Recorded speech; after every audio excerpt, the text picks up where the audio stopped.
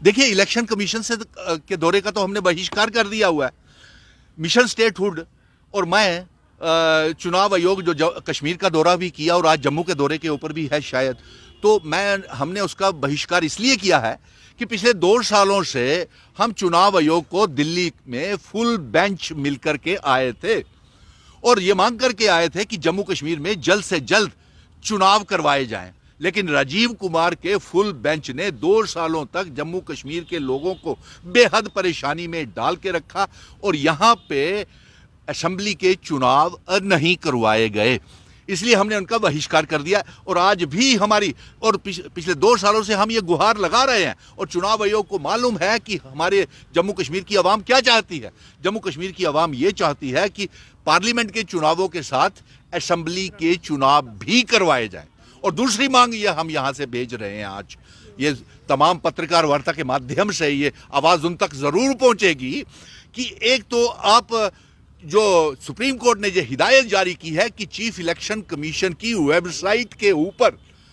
तमाम political parties अपने चंदा, फंड्स, इलेक्टोरल बॉन्ड्स कितने कितने किस पार्टी को मिले हैं वो वहां पे अपलोड करे, लेकिन चुनाव आयोग उनके ऊपर कोई जोर डाल ही नहीं रहा और ना ही प्रतिबंध लगा रहा है किसी पार्टी के ऊपर कि अपना अपना चंदा कहां से आया, कैसे आया, उसको बताया जाए।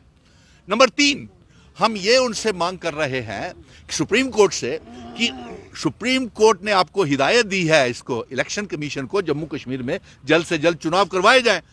और रियासत का दर्जा हमें वापस किया जाए। ना रियासत का दर्जा भारतीय जनता पार्टी वापस कर रही है, ना चुनाव आयोग चुनाव असेंबली के साथ करवा रहा है, पार्लियामेंट के साथ, तो उनसे मिलकर के फायदा क्या है? अगर सारी बातें उन्होंने भारतीय जनता पार्टी का इलेक्शन डिपार्टमेंट बन के ही करनी है तो हमारे यहाँ पे, और दूसरी बात तो ये है सबसे बड़ी बेइज्जती की बात पॉलिटिकल पार्टीज के लिए, जम्मू के संगठनों के लिए ये है कि पिक एंड चूज करके किसी किसी को चुनाव आयोग मिल रहा है। मैं आपको बता दूं,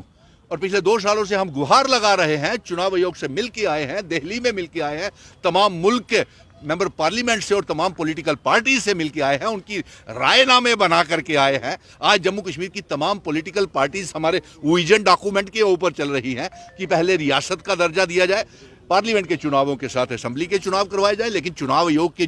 कान के ऊपर जूं तक नहीं रेंग रही है और इसलिए हमने इसका बहिष्कार कर दिया है, बाइकाट कर दिया, हम नहीं मिलेंगे। अब पत्रकार मित्र मुझसे ये पूछ रहे थे कि सीएए को लेकर के, सिटीजन अमेंडमेंट एक्ट को लेकर के हमारा क्या स्टैंड है, तो हम ये कहेंगे कि सिटीजन अमेंडमेंट एक्ट का यहां तक ताल्लुक है,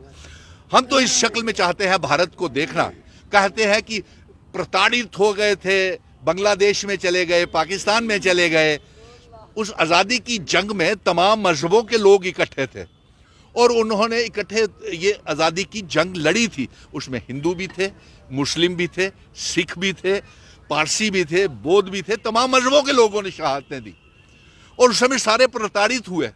और अपने भारत का बंटवारा हो गया और भारतीय जनता पार्टी ने भारत की आज़ादी में कोई योगदान नहीं है इनका। और साथ में हमारा ये कहना है कि अगर उस समय प्रताड़ित हुए थे तो सारे के सारे विस्थापित होकर कुछ पाकिस्तान में चले गए, कुछ भारत में रह गए, कुछ बांग्लादेश में चले गए। अब मिशन स्टेटहुड ये चाहता है कि जिस तरीके से भारत कहता है कि हम एक सुपर पावर हैं,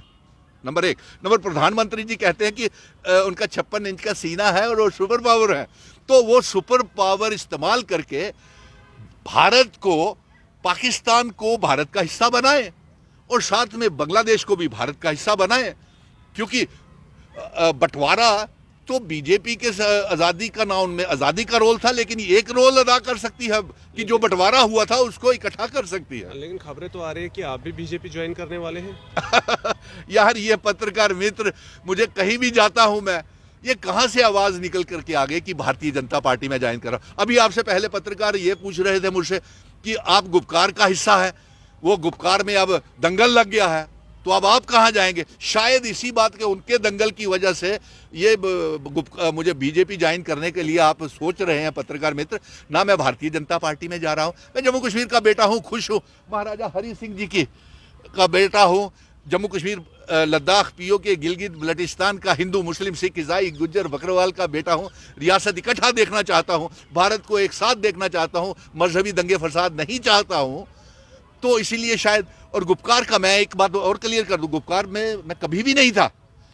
हाँ, कश्मीरी लीडर मेरे पास ज़रूर आए थे, क्योंकि मैंने ये इनिशिएटिव लिया था कि मैं कश्मीर और जम्मू के नेताओं को इकट्ठा बिठाऊंगा और ऑल पार्टीज़ का हमने गठबंधन बनाया। लेकिन अफसोस ये है कि ये पार्टियां क्यों आपस में दंगल करना शुरू हो गई, और अभी तो रियासत भी नहीं मिली, 370 भी नहीं मिला। जो हम मांग कर रहे हैं कि इल्हाक की शर्तें महाराजा हरि सिंह जी की जो जिन शर्तों के ऊपर इल्हाक हुआ था वो शर्तें भी लागू नहीं हुई, ज़मीनी और नौकरियों की हिफाजत नहीं, स्टेट सब्जेक्ट हमारा छीन गया,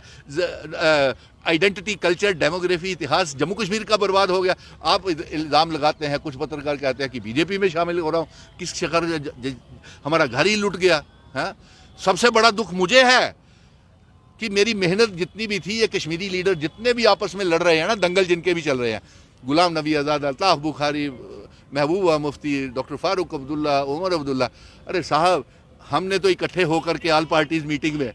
सारा ये 50 लाख वोटरों को भी मुरुख हमने मोड़ दिया था जो यहाँ पे आने थे,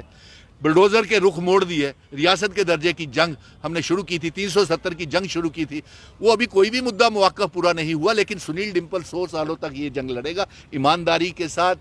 रिस्पॉन्सिबिलिटी के साथ और जिम्मेवारी के साथ। जम्मू कश्मीर का बेटा होने के नाते मैं ये जंग जारी रखूँगा।